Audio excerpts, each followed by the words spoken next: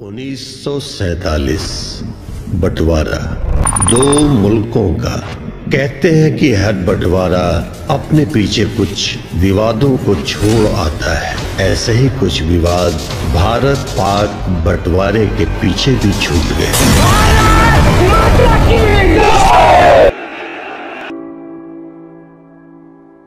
तू ही सब कुछ, तू ही जान